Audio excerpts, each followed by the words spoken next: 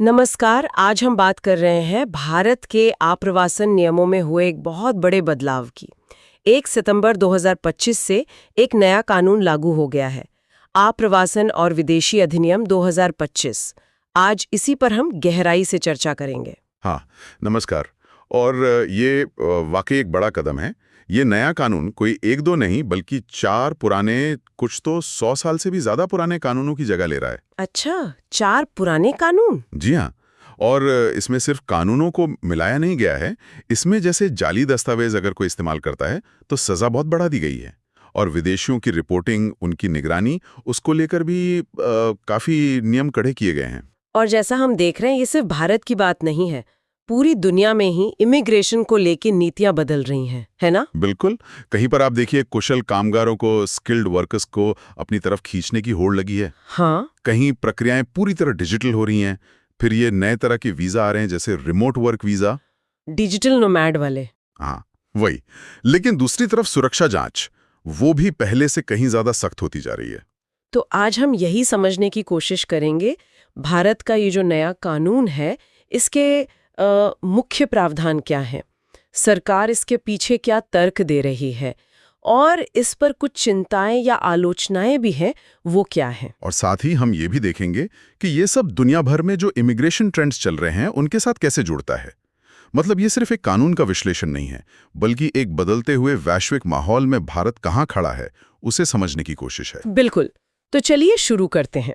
सबसे पहले ये समझते हैं कि इस नए कानून को लाने के पीछे सरकार का मकसद क्या बताया जा रहा है, क्या उद्देश्य है। देखिए, सरकार का जो घोषित लक्ष्य है वो ये है कि 4 पुराने बिखरे हुए कानून थे, उनको हटाकर एक आधुनिक और एक स्ट्रीमलाइन ढांचा बनाया जाए। ओके। उनका कहना है कि इससे राष्ट्रीय सुरक्षा मजबूत होगी, प्रक्रियाएं आसान होंगी, जिससे ईज ऑफ डूइंग बिजनेस, मतलब व्यापार करने में आसानी होगी, और साथ ही दुनिया भर से पूंजी और प्रतिभा, कैपिटल और टैलेंट, उसको भारत की तरफ आकर्षित किया जा सकेगा। हाँ, मुझे याद है गृह मंत्री अमित शाह ने भी संसद में यही कहा था कि ये कानून उन लोगों पर नजर रखने के लिए है जो गलत इरादों से आते हैं, जैसे अवैध अप्रवासी। हाँ, न कि उन यात्रियों या पेशेवरों को रोकने के लिए जो सही तरीके से भारत आना चाहते हैं। उनका ये भी कहना था कि इससे पर्यटन और अर्थव्यवस्था को फायदा पहुंचेगा। जी। तो संक्षेप में कहें तो लक्ष्य है आधुनिकीकरण, सुरक्षा और आर्थिक विकास, इन सबको एक साथ साधना। ठीक है, अब आते हैं इस कानून के कुछ खास प्रावधानों पर। मैंने सुना है कि सजा काफी सख्त कर दी गई है, ये बात सही है? हाँ, ये एक बहुत बड़ा बदलाव है।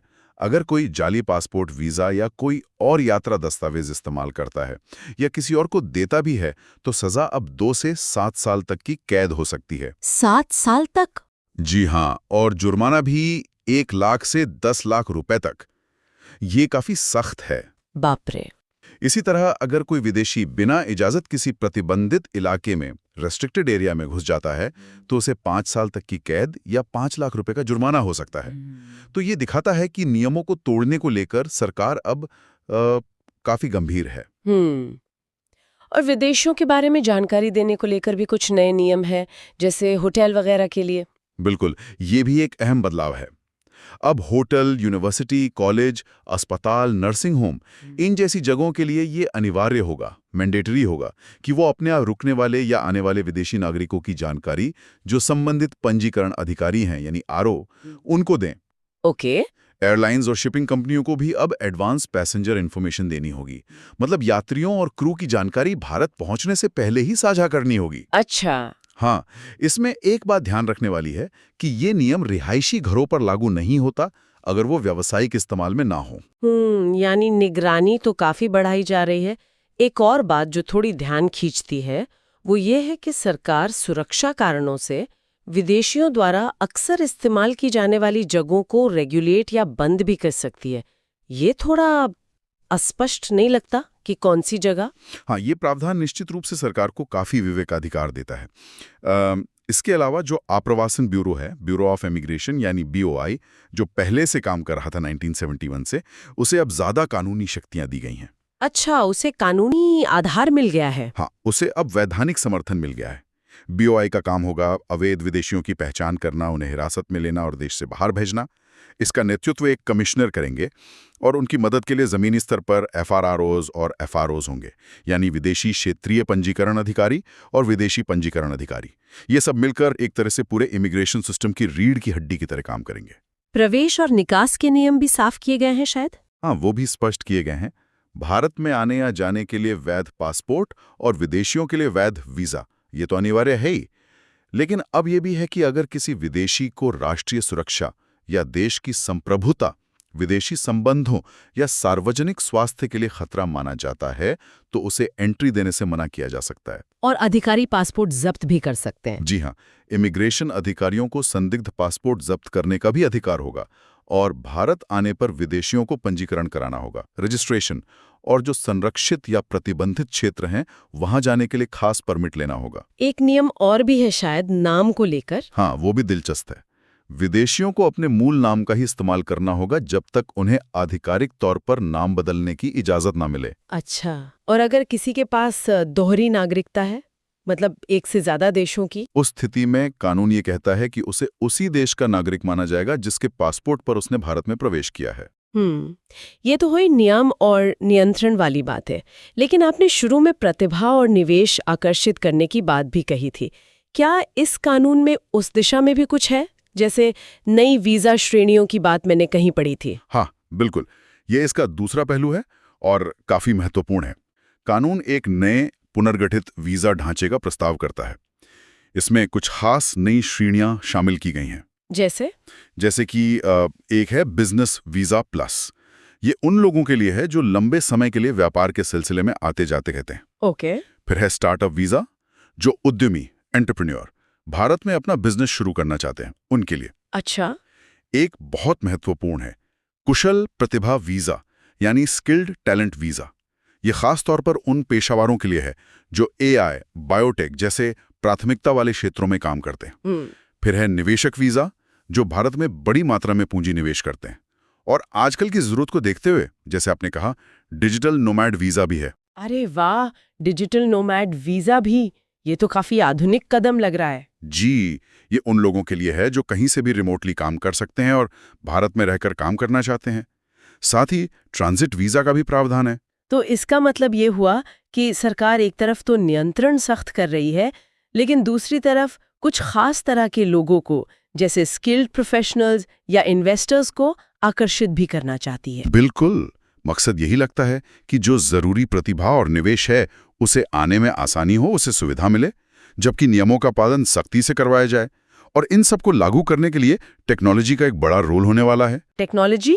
वो कैसे? मतलब क्या सिस्टम बदलेगा? हाँ, एक एकीकृत आप्रवासन प्रबंधन प्रणाली, यानी integrated immigration management system, short में IMS, ये विकसित की जाएगी। आप इसे एक सेंट्रल डिजिटल सिस्टम की तरह समझ सकती हैं। ओके। इसमें बायोमेट्रिक पहचान होगी, AI आधारित निगरानी के उपकरण होंगे और अलग-अलग सरकारी एजेंसियों का डेटाबेस आपस में जुड़े होंगे। अच्छा, सब कुछ जुड़ जाएगा। हाँ, और जो मौजूदा FRO सिस्टम है उसकी जगह एक राष्ट्रीय विदेशी रजिस्ट्री, यानी नेशनल फॉरेनर्स रजिस्ट्री, NFR लेगी। ये एक केंद्रीकृत डेटाबेस होगा सभी विदेशियों का, और राज्यों में भी विदेशियों की मदद के लिए आप्रवासन सुविधा केंद्र, यानी इमिग्रेशन फैसिलिटेशन सेंटर्स, IFC, स्थापित किए जाएंगे। तो पूरी प्रक्रिया ज़्यादा डिजिटल, ज़्यादा सेंट्रलाइज्ड हो जाएगी। ठीक है, ये तो हुई सरकार की बात और कानून के प्रावधान, जो सुनने में काफ़ी व्यापक लगते हैं। लेकिन जाहिर है इतने बड़े बदलावों पर सवाल भी उठेंगे। सुनने में आया है कि कुछ विशेषज्ञ और आलोचक इन नए नियमों में काफ़ी गहरी चिंताएं देख रहे हैं। हाँ, बिल्कुल, ऐसा होता ही है जब कोई बड़ा कानून आता है। इस पर भी आलोचनात्मक दृष्टिकोण सामने आए हैं। खासतौर पर द वायर में एक विश्लेषण प्रकाशित हुआ था जिसमें कांग्रेस सांसद और वरिष्ठ वकील अभिषेक मनु सिंघवी के विचार शामिल थे। उसमें इसे लेकर काफी गंभीर चिंताएं जताई गई हैं। हाँ, मैंने भी वो पढ़ा था। यहाँ ये साफ करना जरूरी है कि हम सिर्फ उस विश्लेषण में जो बातें कही गई हैं वो जानकारी के तौर पर बता रहे हैं। हम उनका समर्थन या खंडन नहीं कर रहे हैं। बिल्कुल, निष्पक्षता जरूरी है। तो क्या मुख्य चिंताएं हैं उस विश्लेषण के अनुसार? क्या है वो गंभीर बातें? देखिए, विश्लेषण में इस कानून को काफी सख्त शब्दों में असंवैधानिक, अभारतीय और ऑरवेलियन तक कहा गया है। ऑरवेलियन? जी। मूल तर्क ये है कि ये कानून विदेशी होने के विचार को ही एक तरह से शक की निगाह से देखता है, उसे अपराधीकरण करता है और सरकार को बहुत ज्यादा बेलगाम शक्तियां देता है। किन शक्तियों पे ज्यादा चिंता जताई गई है? कोई खास धाराएं? हाँ, कई बातों पे चिंता है।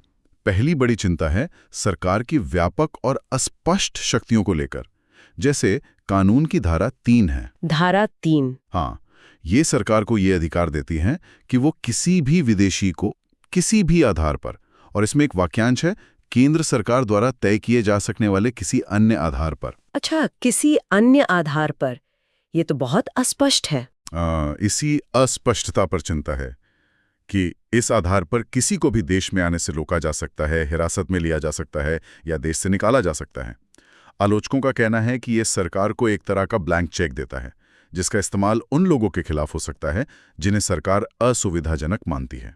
और इसमें अपील का भी कोई प्रावधान नहीं है शायद? यही एक और चिंता है कि आप्रवासन अधिकारी का फैसला अंतिम होगा, कोई आंतरिक अपील नहीं।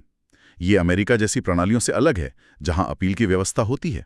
हाँ, धारा 26 के बारे में भी कुछ था शायद, गिरफ्तारी की शक्ति को लेकर। जी हाँ, धारा 26 एक हेड कांस्टेबल को भी ये शक्ति देती है कि वो सिर्फ उचित संदेह के आधार पर बिना वारंट के धारा 3 के उल्लंघन के लिए किसी को गिरफ्तार कर सकता है। सिर्फ हेड कांस्टेबल को? हाँ, तो आलोचना ये है कि इतने निचले स्तर के अधिकारी को इतनी कठोर शक्ति देने से उत्पीड़न और भ्रष्टाचार का खतरा बढ़ सकता है। ये तो हुई शक्तियों की बात। निगरानी और गोपनीयता को लेकर भी चिंताएं थीं। बिल्कुल, ये दूसरी बड़ी चिंता है। धारा 7 जो है वो अधिकारियों को विदेशियों की गतिविधियों पर, वो कहाँ रहते हैं, किससे मिलते जुलते हैं, इन सब पर नजर रखने का बहुत व्यापक अधिकार देती है। कितना व्यापक? विश्लेषण में इसे मजाक में बायोमेट्रिक्स से लेके फुसफुसाती बातों तक की निगरानी कहा गया है। मतलब अधिकारी ये तय कर सकते हैं कि विदेशी किस रास्ते से जाएगा, कहाँ रहेगा, किन लोगों से मिलेगा, उन्हें रिपोर्ट करने को कहा जा सकता है, मेडिकल जांच के लिए कहा जा सकता है। ये तो निजता के अधिकार पर सवाल उठाता है, खासकर सुप्रीम कोर्ट के हल के फैसलों के बाद। सही बात है, यही चिंता जताई गई है कि ये निजता के अधिकार का उल्लंघन हो सकता है। और तीसरी चिंता शायद आम लोगों पर पड़ने वाले बोझ को लेकर है, जैसे मकान मालिक, होटल वाले। हाँ, धारा 8, 9, 10 के तहत मकान मालिकों, होटलों, अस्पतालों, विश्वविद्यालयों पर यह जिम्मेदारी डाल दी गई है कि वो अपने यहाँ आने जाने वाले विदेशियों की जानकारी दें। तो इसमें क्या हर्ज है? ये तो पहले भी कुछ हद तक होता था। हर्ज ये बताया जा रहा है कि ये उन्हें एक तरह से अवैतनिक मुखबिर या जासूसी में भागीदार बना देता है, और अगर वो जानकारी नहीं देते हैं तो उन पर सजा या कार्रवाई का डर रहेगा। तो हो सकता है कि इस डर से वो जरूरत से ज्यादा जानकारी देने लगे, यहां तक कि बहुत छोटी छोटी बातें भी। और वो परिसर बंद करने वाली बात, धारा 14? हाँ, उस पर भी चिंता है। ये धारा सरकार को ऐसे विदेशियों द्वारा अक्सर देखे जाने वाले परिसरों को बंद करने का अधिकार देती है। अक्सर देखे जाने वाले, ये कैसे तय होगा? यही सवाल है। इसे अस्पष्ट माना गया है और इसमें गिल्ट बाय एसोसिएशन का खतरा बताया गया है। मतलब मान लीजिए कोई ऐसा विदेशी है जिसे सरकार पसंद नहीं करती और वो किसी पब या रेस्टोरेंट में अक्सर जाता है, तो क्या उस जगह को बंद किया जा सकता है? ये चिंता है। समझ गई। दोहरी नागरिकता वाले नियम, धारा 15 पर भी कुछ आपत्ति थी। हाँ, उस पर आपत्ति ये है कि सरकार ये तय करेगी कि दोहरी नागरिकता वाले व्यक्ति को किस देश का नागरिक माना जाए, और ये वो उस पासपोर्ट के आधार पर करेगी जिससे उसने भारत में प्रवेश किया है। तो इसमें क्या दिक्कत है? दिक्कत ये बताई गई है कि सरकार अपनी सहूलियत के हिसाब से, मान लीजिए प्रत्यर्पण जैसे मामलों में, ये तय कर सकती है कि वो व्यक्ति किस देश का नागरिक है और उसकी दूसरी राष्ट्रीयता को नजरअंदाज कर सकती है। अच्छा, और अंत में कुछ संवैधानिक चिंताएं भी उठाई गई हैं, मौलिक अधिकारों को लेकर। जी हाँ, मुख्य तर्क ये दिया गया है कि ये कानून भारत के संविधान के अनुच्छेद 14 जो समानता का अधिकार देता है और अनुच्छेद 21 जो जीवन और व्यक्तिगत स्वतंत्रता का अधिकार देता है, इनका उल्लंघन कर सकता है। कैसे? क्योंकि ये अधिकार सिर्फ भारत के नागरिकों को नहीं मिलते, बल्कि भारत की धरती पर मौजूद सभी व्यक्तियों को मिलते हैं, और इसमें विदेशी भी शामिल हैं। तो ये तर्क है कि क्या ये कानून विदेशियों के इन मौलिक अधिकारों को सीमित करता है? तो ये तो वाकई गंभीर चिंताएं। मतलब एक तरफ सरकार कह रही है आधुनिकीकरण, सुरक्षा, आर्थिक लाभ, दूसरी तरफ अधिकारों, निगरानी, शक्तियों के दुरुपयोग की संभावना को लेके इतने गहरे सवाल। हाँ, बिल्कुल। अच्छा, अब अगर हम इसे थोड़ा बड़े कैनवस पर देखें, वैश्विक परिप्रेक्ष्य में, तो दुनिया भर में क्या चल रहा है इमिग्रेशन को लेकर, और भारत का ये कानून उस तस्वीर में कहाँ फिट होता है? ये देखना बहुत जरूरी है क्योंकि भारत अलग थलग नहीं है। अगर हम दुनिया भर के इमिग्रेशन ट्रेंड्स देखें तो कई चीजें हैं जो भारत के नए कानून से सीधे जुड़ती हैं। जैसे कि पहला तो है कुशल प्रतिभा की होड़। आप देखिए कनाडा, जर्मनी, ऑस्ट्रेलिया, यूके, ये सब देश टैलेंट को अपनी ओर खींचने की कोशिश कर रहे हैं। भारत का जो नया स्किल टैलेंट वीजा है या स्टार्टअप वीजा, वो इसी ग्लोबल ट्रेंड का हिस्सा है। हाँ, ये तो समझ आता है। दूसरा है डिजिटलीकरण। वीजा प्रक्रियाएं ऑनलाइन हो रही हैं, बायोमेट्रिक्स, एआई का इस्तेमाल बढ़ रहा है। भारत की जो आईएमएस और एनएफआर जैसी प्रणालियों की बात हमने की, वो भी इसी वैश्विक चलन का हिस्सा हैं। सब कुछ ज्यादा डिजिटल, ज्यादा कनेक्टेड हो रहा है। और तीसरा शायद सुरक्षा और नियम सख्त होना। बिल्कुल, सख्त अनुपालन और सुरक्षा। धोखाधड़ी, अवैध आप्रवासन, इन चिंताओं के चलते दुनिया भर में जांच और नियम सख्त हुए हैं। भारत की जो कड़े दंड हैं, निगरानी के प्रावधान हैं, वो इसी ग्लोबल ट्रेंड से मेल खाते हैं। हम अमेरिका में देखते हैं कि एआई का इस्तेमाल करके वीजा रद्द किए जा रहे हैं, जिसे कैच एंड रिवोक कहते हैं। ऑस्ट्रेलिया में हिरासत को लेकर सख्त नियम है। खाड़ी देशों में निर्वासन आम है। तो क्या हम कह सकते हैं कि भारत का कानून वैश्विक रुझानों की एक तरह से नकल है, या इसमें कुछ अलग भी है? नकल कहना शायद सही नहीं होगा, लेकिन हाँ, ये वैश्विक दबावों और रुझानों का एक जवाब जरूर है। इसमें अनोखी बात शायद ये है कि भारत एक ही कानून के अंदर एक तरफ तो प्रतिभा को आकर्षित करने वाला खुलापन दिखाने की कोशिश कर रहा है, जैसे डिजिटल नोमैड वीजा, हाँ, और दूसरी तरफ बहुत मजबूत सरकारी नियंत्रण और निगरानी के प्रावधान भी रख रहा है, जैसे धारा 3 और धारा 7 की हमने बात की। ये जो संतुलन साधने की कोशिश है, ये बहुत मुश्किल होती है और शायद यही इसे थोड़ा अलग बनाती है। और ये संतुलन साधने की कोशिश तो शायद दुनिया भर में ही चल रही है ना, अर्थव्यवस्था और सुरक्षा के बीच। हाँ बिल्कुल, ज्यादातर देश इसी दुविधा में फंसे हैं कि कैसे जरूरी विदेशी कामगारों को लाएं ताकि अर्थव्यवस्था की जरूरतें पूरी हों, श्रम बाजार की कमी पूरी हो, लेकिन साथ ही अपने स्थानीय नागरिकों के हितों की रक्षा भी करनी है और राष्ट्रीय सुरक्षा भी बनाए रखनी है। तो इसीलिए नीतियां बदलती रहती हैं। हाँ, इसीलिए हम देखते हैं कि कहीं नियम ढीले किए जाते हैं, जैसे ऑस्ट्रेलिया ने हाल में कुछ वीजा शर्तें आसान की, तो कहीं नियम सख्त कर दिए जाते हैं, जैसे कनाडा ने स्पॉन्सरशिप की जरूरतें बढ़ा दी। कई देशों में जैसे ऑस्ट्रेलिया, फिनलैंड, तुर्की, वहां विदेशी कामगारों के लिए न्यूनतम वेतन की शर्तें भी बढ़ा दी गई हैं।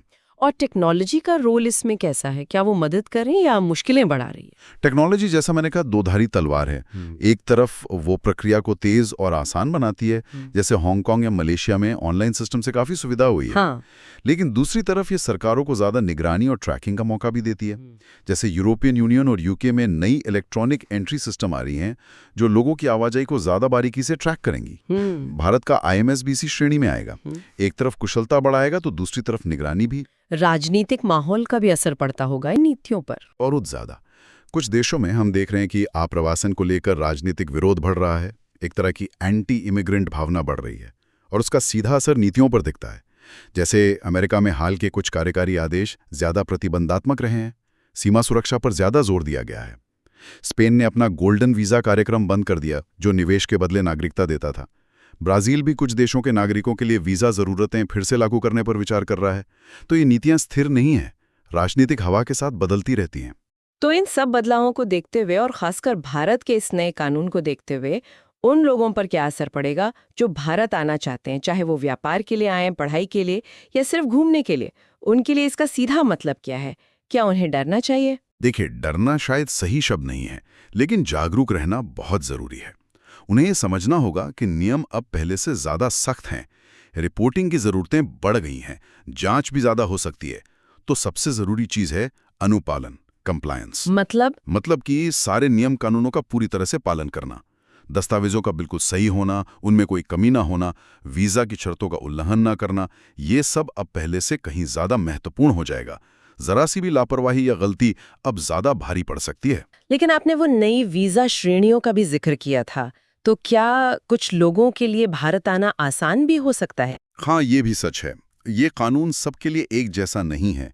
अगर किसी के पास वो खास स्किल्स हैं जिनकी भारत को तलाश है, जैसे एआई या बायोटेक में विशेषज्ञता, या अगर कोई भारत में बड़ा निवेश करना चाहता है या एक इनोवेटिव स्टार्टअप शुरू करना चाहता है, तो उनके लिए नई वीजा श्रेणियां बनाई गई हैं जो शायद प्रक्रिया को आसान बनाएं।